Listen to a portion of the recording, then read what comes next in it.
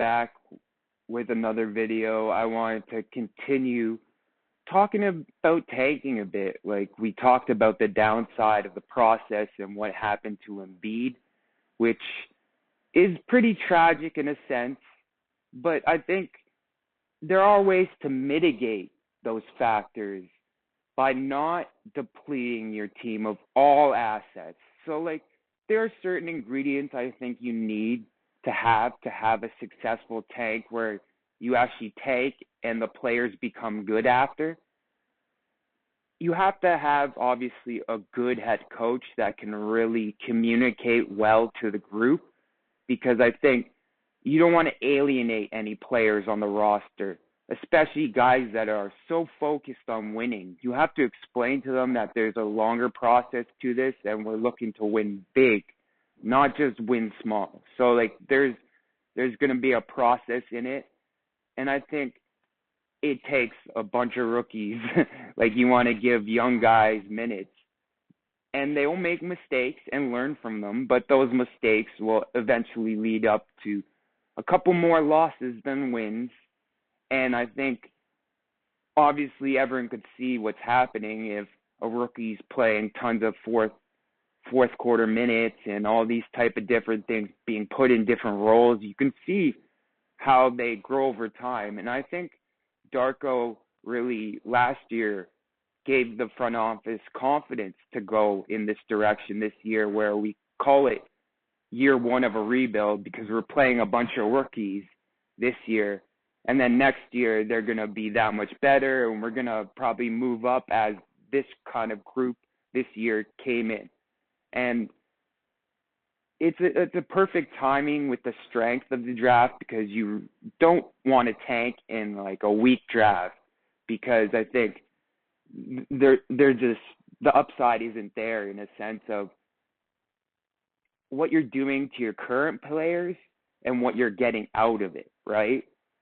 So, like, it's all about, I think, just keeping the group together and focused in on the same page, understanding that this is a process. We're not skipping steps. We're going to do everything right and build up chemistry and develop guys quicker, because we're playing them so many key important minutes, right?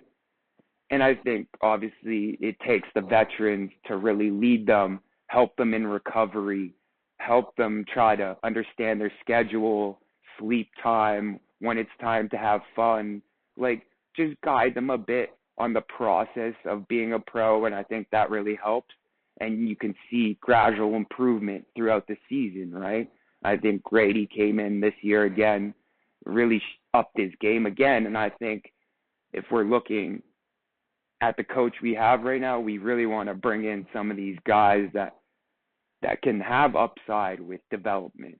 And I think, obviously, ethical tanking is, in a way, like a way to mitigate the dark side of tanking. And it's only in a specific circumstance. Other than that, you're always trying to win. You're trying to build a winning culture, because in the end, you can draft 13th like we did with Grady Dick, and he can move up to 4th or 6th in the redraft.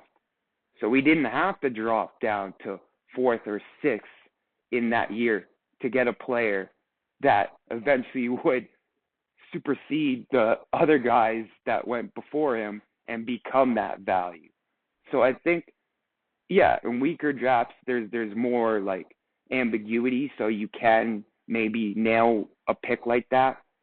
But obviously, in a really good draft, you just want to have a position where you're able to get a difference maker, like Bobby said in that interview. And my next video is going to continue on this line. I'm going to talk about how many picks are too much and what it looks like when you start wasting first. All these sexy trades with a million first-round picks, and everyone's like, oh, my God, they're going to be so good.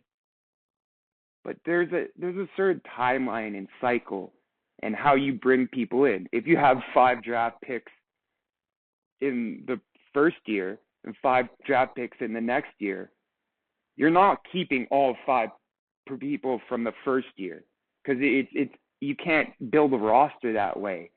Like 10 second year and first year guys on a roster, that's crazy.